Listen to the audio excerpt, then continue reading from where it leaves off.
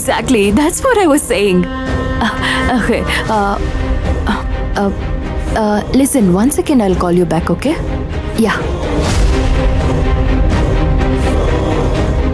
ಏನಾಯ್ತು ರೇಣುಕಾ?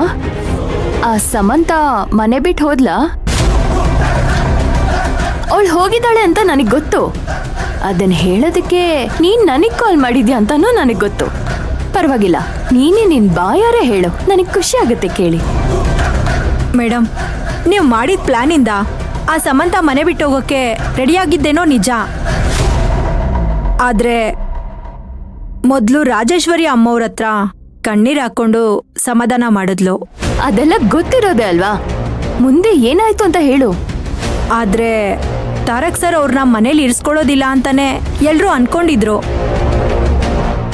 ಆದ್ರೆ ಇಲ್ಲೇ ಎಲ್ಲ ಉಲ್ಟಾ ಆಗಿತ್ತು.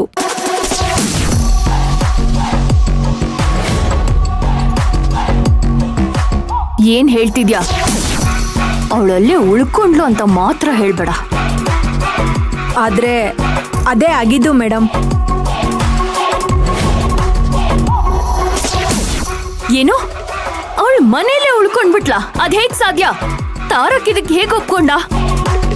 ಮೇಡಮ್, ಸಮಂತ ಅವ್ರ ತಾಯಿ ಮುಂದೆ ಒಂದ್ ಕತೆ ಹೇಳಿ ಒಪ್ಪಿಸ್ದಾಗೆ ತಾರಕ್ ಸರ್ ಮುಂದೆನೂ ಒಂದ್ ಕತೆ ಹೇಳಿದ್ಲು. ನಾವಿ ತಪ್ಪು ಮಾಡಿದ್ದು ನಿನ್ನ ಪ್ರಾಣ ಉಳಿಸೋಕೆ. ಯಾರೋ ಒಬ್ಬ ನಿಮ್ ಬಾವಂಗ್ ಫೋನ್ ಮಾಡಿ ಈ ಜೆಂಡರ್ ವಿಷಯಕ್ಕೆ ತಾರಕ್ ಏನಾದ್ರು ತಲೆ ಹಾಕಿದ್ರೆ ಅವನ್ ತಲೆ ಹೋಗುತ್ತೆ ಅಂದ್ರು. ಆಗ ನಿಮ್ ಬಾವ ಹೆದರ್ಕೊಂಡು ಟೆಂಡರ್ ಹೋದ್ರೂ ಪರವಾಗಿಲ್ಲ, ಆದ್ರೆ ತಾರಕ್ ಪ್ರಾಣ ಉಳಿಬೇಕು ಅಂತ ಟೆಂಡರ್ ಅಮೌಂಟ್ನ ಆಪೋನೆಂಟ್ ಪಾರ್ಟಿಯವ್ರಿಗೆ ಹೇಳಿದ್ರು. ತಾರಕ್, ಅವ್ರು ಹೇಳ್ತಿರೋದ್ರಲ್ಲಿ ಸತ್ಯ ಇದೆ ಅನ್ನಿಸ್ತಿದೆ. ಅವಳ ಮಾತು ನಂಬೋ. ನೀವಿಬ್ರು ಎಲ್ಲೂ ಹೋಗೋ ಆಗಿಲ್ಲ, ಇಲ್ಲೇ ಇರಿ. ತಾರಕ್ ಸರ್ ನಂಬಿಟ್ರು. ಛೀ, ಇಂಥ ಸಿಲ್ಲಿ ಕಾರಣಲೆಲ್ಲ ನಂಬೋ ಅಷ್ಟು ದಡ್ಡ ನನ್ನ ತಾರಕ್ಕು. ಮೊದಲು ಅವರು ನಂಬಲಿಲ್ಲ ಮೇಡಮ್. ಆದ್ರೆ ಅದನ್ನೇ ಮತ್ತೆ ಮತ್ತೆ ಹೇಳಿ ಕಣ್ಣೀರ್ ಹಾಕೊಂಡು ಹೋಗೋ ಡ್ರಾಮಾ ಮಾಡಿದ್ರು ನೋಡಿ, ಆಗ ನಂಬಿಟ್ರು. ಆ ಜಾಗದಲ್ಲಿ ನೀವಿದ್ದಿದ್ರು ಆ ಡ್ರಾಮಾನ ನಂಬಿಡ್ತಿದ್ರಿ. ಅಂಥದ್ರಲ್ಲಿ ತಾರಕ್ ಸರ್ ನಮ್ದೇ ಇರ್ತಾರಾ? ಆದ್ರೂ ತಾರಕ್ ಸರ್ಗೆ ಪೂರ್ತಿಯಾಗಿ ನಂಬಿಕೆ ಇಲ್ಲ.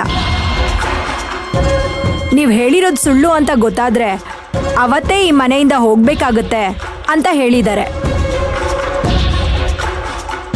ಒಟ್ನಲ್ಲಿ ಈಗ ಅವಳ ಮನೇಲಿ ಉಳ್ಕೊಳ್ಳೋ ಹಾಗಾಗಿದೆ.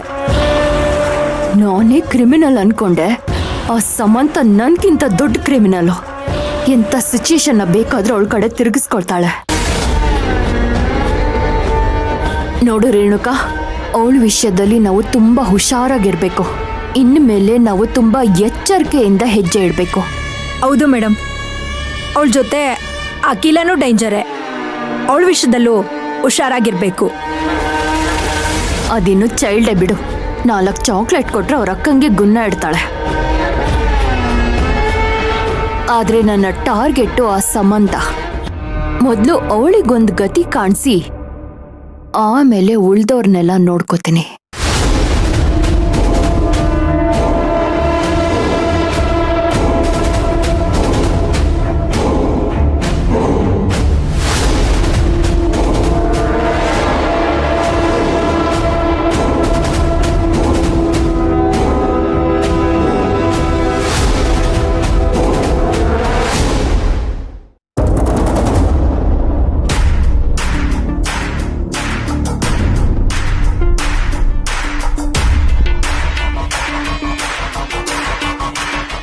ಮೊದಲು ಈ ಕ್ರಿಮಿನಲ್ನ ಇಲ್ಲಿಂದ ಹೊರಗಡೆ ಕಳಿಸಿ ಅಂದೆ ಅಷ್ಟೇ. ಏ ಕಳ್ಳ, ನೀನು ಮಾಡಿರೋ ದ್ರೋಹಕ್ಕೆ ನಿನ್ನ ಕಂಪನಿಯಿಂದನೇ ಟರ್ಮಿನೇಟ್ ಮಾಡ್ತಾ ಇದ್ದೀನಿ. ಔಟ್. ಬೇಕಿದ್ರೆ ಬೀದಿಲಿ ಹೋಗಿ ಭಿಕ್ಷೆ ಬೇಡ್ಕೋ.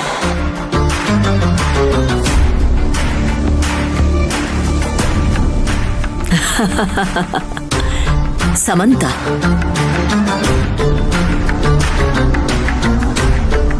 ಸಮಂತ ಅಂದ್ರೆ ಗೆಲುವು ಕೂಡ ನನ್ನ ಕಾಲಡಿ ಬಂದ್ಬಿಡುತ್ತೆ. ಈ ಸಮಂತ ಯಾವತ್ತೂ ಸೋತಿದ್ದೇ ಇಲ್ಲ.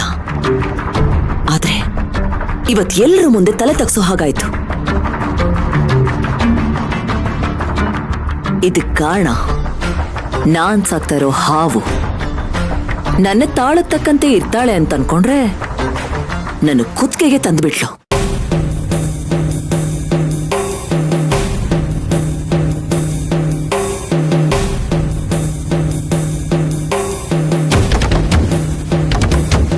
ಇವತ್ತ ಮಯೂರಿ ಗಿಫ್ಟ್ ಬಾಕ್ಸ್ನ ತಾರಕ ಕೊಡ್ಲಿಲ್ಲ ಅಂದಿದ್ರೆ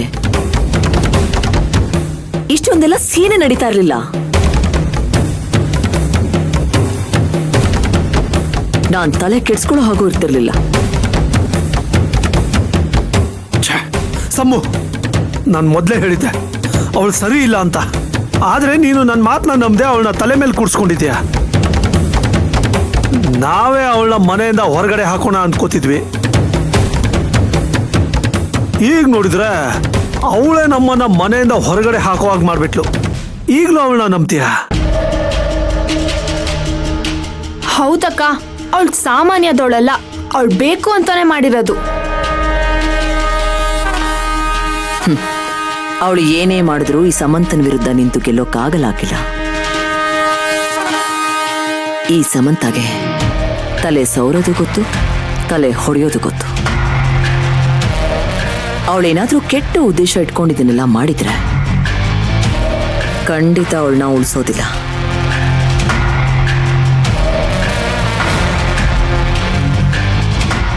ನೋಡ್ಸಮ್ಮು, ಈಗಿರೋ ಸಿಚುವೇಶನ್ ಅಲ್ಲಿ ನೀನು ಈ ರೀತಿ ಎಲ್ಲ ಯೋಚನೆ ಮಾಡಬೇಡ. ಏನೋ ದೊಡ್ಡದಾಗಿ ನಡಿಬೇಕಾಗಿರೋ ಸಮಸ್ಯೆನ ನಿನ್ನ ಬುದ್ಧಿವಂತಿಕೆಯಿಂದ ಹೇಗೋ ಕೂಲ್ ಮಾಡಿದ್ಯಾ.